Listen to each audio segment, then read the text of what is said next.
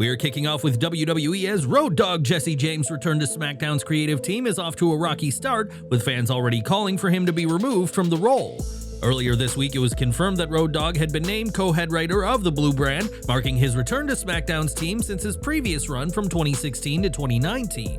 After this week's show and The Rock's lengthy promo segment with Cody Rhodes, frustrated fans took to social media to share their criticism and blame Road Dogg for the segment. Many called it one of the worst episodes of SmackDown in recent memory, and fans tagged WWE and Triple H in their posts, demanding Road Dogg be fired from his creative role. Fans have had issue with Road Dogg's creative in the past, and some fans predicted that SmackDown will decline under his leadership. But what do you think? Did you hate the segment? And if so, should Road Dogg be the one taking the blame or not? Share your thoughts in our comments section. As part of his segment on SmackDown, The Rock flexed his role as a TKO board member, and while he may claim to own WWE, not everyone wants to see him compete at WrestleMania 41. On Busted Open Radio, Bully Ray said the WWE needs to stop leaning on past legends to sell tickets and let today's stars take the spotlight, and shared his take on The Rock. He said, "Do I want The Rock to be at WrestleMania? With as entertaining as The Rock is, and with what he can do for someone, of course I want The Rock there. But this year, do they need The Rock there? Absolutely not. I believe that what they're doing now in WWE, they don't need him for that. And there's going to come a time in WWE where they're going to have to stop relying on The Rocks, the Austins, and the Undertakers of the world." The Rock's return to SmackDown certainly threw a curveball in Cody Rhodes' storyline, as instead of wanting a WWE title match, Rock wants Cody to be his champion. The Final Boss pitched this as a corporate move, and after claiming he wants Cody's soul, gave the American Nightmare until Elimination Chamber on March 1st to give his answer. Interestingly, during the post-SmackDown press conference, The Rock spoke about working with Rhodes and said that a match between the two isn't necessary for their angle. Does this mean WWE is keeping The Rock out of the ring this year, or is this just another swerve before he inevitably steps up to fight? Fans will have to wait and see. As we covered yesterday, Fightful Select recently reported that Carmella's contract with WWE had ended and that she is technically no longer with the promotion. Now, WWE has practically confirmed her exit by moving Carmella's WWE.com profile to the alumni section between former superstars Candice Michelle and Cedric Alexander. To further demonstrate this exit, Carmella has removed all references to WWE from her Instagram profile, which only refers to her by her real name of Leah Vandale. Carmella last wrestled for WWE in March 2023 as part of the losing team of a 10-woman tag in MSG, but now her future in wrestling and entertainment will come outside the promotion. On the latest WWE NXT TNA X Division champion Moose confronted Obafemi, and the reigning NXT champion returned the favor during the latest episode of Impact.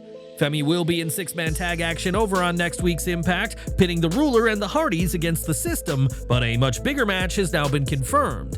This report does contain spoilers for the upcoming tapings of TNA Impact, and if you don't want to get spoiled, we recommend skipping the next 50 seconds of this video.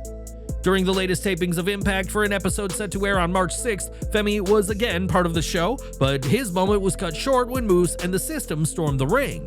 Both Moose and Femi hold up their titles, and it was made clear that both men intended to become a double champion. It was then confirmed that at NXT Roadblock on March 11th, Femi and Moose will face off, with the winner becoming both the NXT champion and the TNA X Division champion. This is a huge match and will guarantee that a wrestler from the opposing show wins a title, something that fans have yet to see from the TNA NXT partnership. As for who that'll be, time will tell, but NXT Roadblock in the theater at MSG will be the stage for arguably the biggest match in this multi-year partnership to date. When Goldberg announced that he will wrestle his last match in 2025, many predicted a showdown with Gunther, especially after a segment at Bad Blood last October. Now, though, PWN Reports has learned that plans for a Gunther match have been scrapped, and it is currently unclear who the Hall of Famer will wrestle. With his final bout coming this summer, it's believed that Goldberg will wrestle at SummerSlam or Crown Jewel 2025, and right now, he's undergoing stem cell treatment to prepare. Goldberg-Gunther being scrapped will be disappointing to fans who were enthralled by last year's confrontation, and it remains to be seen who is the Legend's final opponent. Over to AEW Collision, which saw the confirmation of a major signing as Speedball Mike Bailey is on his way to AEW, as made clear with a video package this week. The video showed Bailey's in-ring style, though it's unclear when he'll actually arrive, and this package comes after months of speculation about his situation.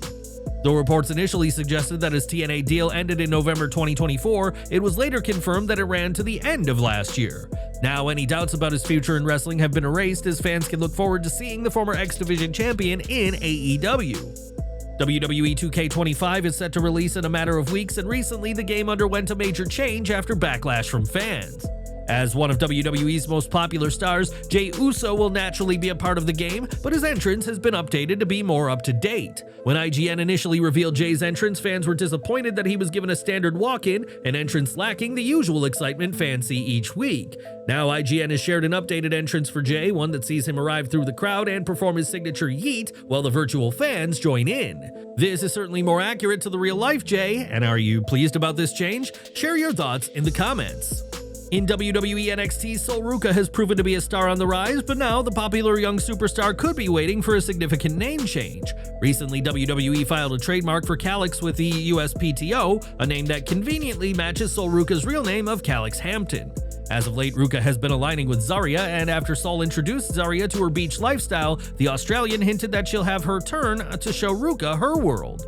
Could that be what leads to Sol Ruca becoming Calix? Time will tell. And what do you think of this potential change? Let us know below. For years, AEW was the crown jewel among countless wrestling fans, and from 2019 to 2021, it seemed to some like the company could do no wrong. In more recent years, issues have sprouted, including injuries, backstage frustrations, and Tony Khan's handling of certain stars, leaving fans fearing AEW will never return to its past popularity. Speaking to Forbes' Alfred Kanua, Booker T was asked about AEW's reliance on veteran talent, another issue many fans have with the company. This reliance comes as WWE continues to expand its development program, which includes NXT, the NIL program, WWE LFG, and Evolve. Booker said, "It's hard for me to say what they should do or anything like that, but I could tell you back when I was in WCW and things were just running and everybody thought everything was good just because we were on television, like what we may see with those guys, you could wake up one day and they could be all over it." Booker, who saw the demise of WCW firsthand, knows that just having a TV deal doesn't guarantee long-term success, and he said AEW needs to think about what's next and think about the future. The Hall of Famer pointed to WWE committing to building young stars, as he added that WWE is trying to think about the young talent out there that's going to be fueling this next generation. While AEW has some rising stars, the reliance of established names including Edge, Christian Cage, Bobby Lashley, Samoa Joe, and Shelton Benjamin have led to concerns about future plans. Booker stressed that wrestling, like all sports, is a young person's game and fears AEW isn't doing enough to prepare for the next wave of talent. He added, "Sports is a young person's business. I say that with reality of wrestling because everybody that's a champion, they're younger, because it's hard to aspire to be a champion when you're 60. But you see a 20-year-old kid that's the champion, at 14 years old you say, man, I could be that, I want to be that." For Booker, WWE committing to younger talent is why the company is seeing massive success, as he said, "Everything is so young, everything's so bright, everything has a great feel to it, and it's making people gravitate like we haven't seen in so many years." Booker's final message to AEW is that it takes more than just setting up a show to be successful, as he shared that, "A promoter told me a long time ago, you can't just set up a tent and do wrestling." Do you agree with what Booker said about AEW? What do you think they can do to turn things around? Please share your thoughts and feedback in the comments section below. And we're ending with more from AEW Collision, as Lio Rush and Action Andretti made their tag team official on this week's show with a slickly produced video package. Narrated by Rush himself, the package showed the talents of both men, with Rush adding, "Call us crazy, call us ruthless, call us unhinged, call us crew."